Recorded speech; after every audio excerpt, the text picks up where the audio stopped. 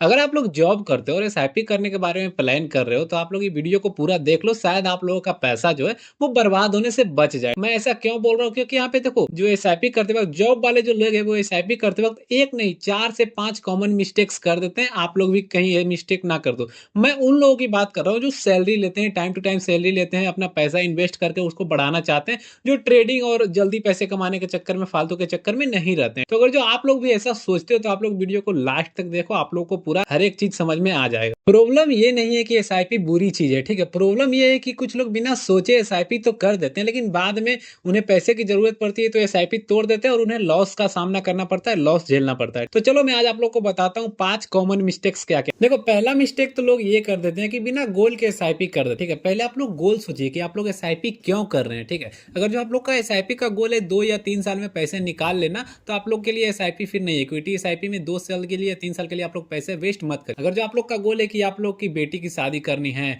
या फिर आप लोग को अपना घर खरीदना है, या फिर आप लोग अपने बच्चे के पढ़ाई के लिए एसआईपी कर रहे हो, या फिर जल्दी रिटायर होने के लिए एसआईपी कर रहे हो, तो आप लोग के लिए एसआईपी बिल्कुल सही चीज है। उन्हीं लोगों के लिए एसआईपी है। तो इसीलिए मैं बोलूंगा कि पहले आप लोग गोल क्लियर करो, उसके बाद एसआईपी करो। मिस्टेक 2 क्या कर देते हैं कि यहाँ पे इमरजेंसी फंड लोग नहीं जमा करके रखते हैं। ये देखो, भारत में ये सबसे कॉमन मिस्टेक है कि इमरजेंसी फंड बहुत लोग, मतलब 90% लोग तो इमरजेंसी फंड रखते ही नहीं। इमरजेंसी फंड क्यों रखना जरूरी है? अगर जो आप लोग का जॉब छूट गया कभी, या फिर आप लोग के घर में कोई प्रॉब्लम आ गया, या फिर मेडिकल इमरजेंसी आ गया, तो आप लोग क्या करोगे? एसआईपी को तुरंत तोड़ दोगे और उस पैसे को यूज कर लोगे। तो देखो, अगर जो आप लोग एसआईपी को आप लोगों ने बीच में तोड़ दिया, तो आप लोग को एसआईपी का यहाँ पे फॉर्मूला नहीं मालूम है। एसआईपी का फॉर्मूला है लॉन्ग टर्म, और तभी पैसा मिलेगा। आप लोग का एसआईपी का गेम पहले समझना पड़ेगा। तो इसलिए मैं आप लोग को सजेस्ट करूंगा कि पहले आप लोग इमरजेंसी फंड जमा करो। कम से कम 6 महीने का घर का खर्च, आप लोग का घर का खर्च है वो 6 महीने का कम से कम घर का खर्च आप लोग जमा करो, उसके बाद एसआईपी करो। आप लोग इस तरह से इस बात को समझ सकते हो कि, और एक चीज और सजेस्ट करूंगा, अगर जो आप लोग के पास इमरजेंसी फंड नहीं भी है, तो भी अगर जो आप लोग को कोई इमरजेंसी आती है, तो आप लोग एसआईपी तोड़ो मत, एसआईपी को पाउस कर दो, रोक दो। 1-2 महीने या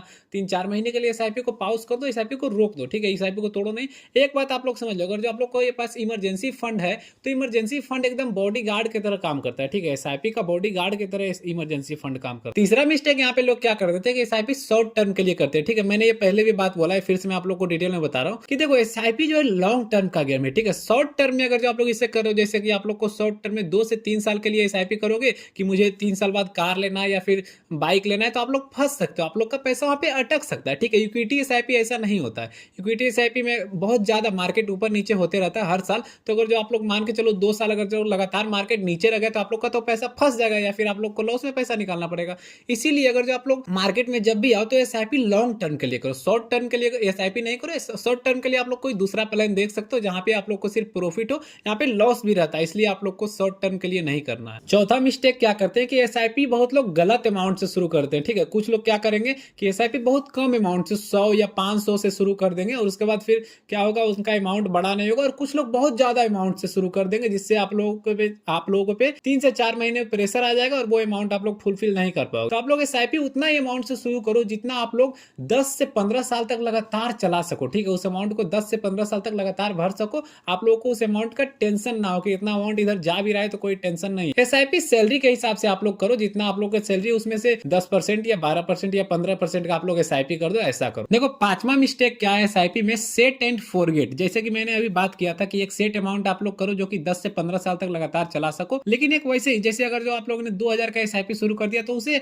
एकदम 2000 पे ही नहीं रुकना। आप लोग को हर साल जैसे आप लोग का सैलरी बढ़ता है या फिर इनकम बढ़ता है, तो उसी हिसाब से आप लोग एसआईपी को भी बढ़ाओ। एसआईपी को इसलिए बढ़ाना जरूरी है कि अगर जो आप लोग हर साल, अगर जो 100 रुपया हर साल 200 रुपया या 500 रुपया बढ़ाते हो, तो आप लोग का इन्वेस्टमेंट का जो रिटर्न है वो बढ़ जाएगा, वो ज्यादा मिलेगा, ठीक है। तो जैसे आप लोग एसआईपी का अमाउंट जो 2000 है, उसको हर साल 100 रुपया, 200 रुपया, 500 रुपया बढ़ाते जाओ, ताकि आप लोग को ज्यादा रिटर्न मिल सके। आप लोग समझ गए हो कि जॉब वाले लोग 5 गलतियां कौन कौन करते हैं। मैं फिर से एक बार रिपीट कर देता हूँ। सबसे पहला आप लोग को गोल क्लियर करना है। दूसरा, आप लोग को इमरजेंसी फंड जमा करके रखनी है, ठीक है। इमरजेंसी फंड इसलिए जरूरी है क्योंकि आप लोग का एसआईपी बीच में टूटना नहीं चाहिए। तीसरा, यहाँ पे चाहिए शॉर्ट टर्म के लिए इक्विटी में नहीं इन्वेस्ट करना, मतलब शॉर्ट टर्म के लिए आप लोग को एसआईपी नहीं करना करना है, इक्विटी एसआईपी नहीं करना है। और गाइज यहाँ पे चौथा क्या है, गलत अमाउंट। आप लोग को अमाउंट बढ़िया से सेलेक्ट करना है जितना आप लोग हमेशा पे कर सको, ठीक है। अमाउंट कभी भी नहीं ज्यादा हो और ना ही कम हो। और पांचवा क्या है गाइज, आप लोग को हमेशा एसआईपी का जो अमाउंट है वो बढ़ाते रहना है, ठीक है।